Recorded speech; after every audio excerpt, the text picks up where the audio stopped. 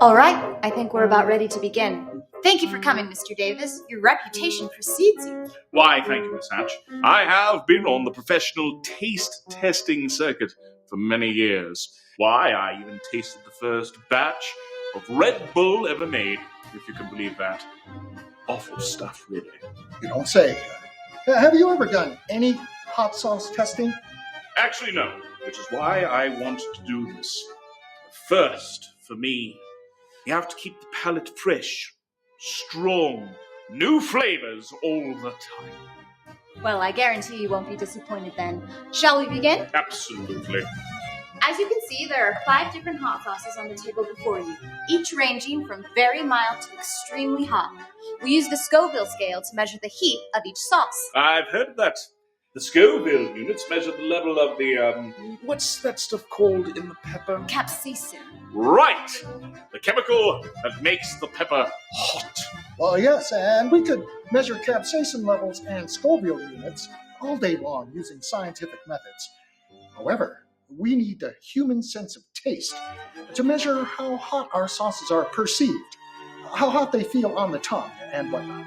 Interesting. Each of your participants perceive hotness in a different way. Yes, they do. So we collect perceived hotness ratings from many different test subjects in order to give an overall heat rating to our sauces. We aim for each hot sauce to increase in intensity by 50,000 Scoville units. So we'll ask you to describe how hot each sauce is on a scale of 0 to 100. 0 being very mild and 100 being the very hottest. Then we'll compare your ratings to our Scoville ratings. Let's get on with it then. Bring on the heat! All right. First one is our Carolina green sauce. Very mild.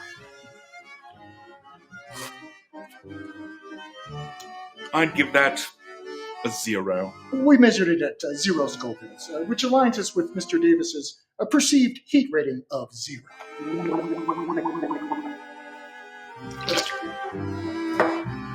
Next, try our habanero hazard sauce, measured at 50,000 Scovilles. Quite piquant. I call that 10. Excellent.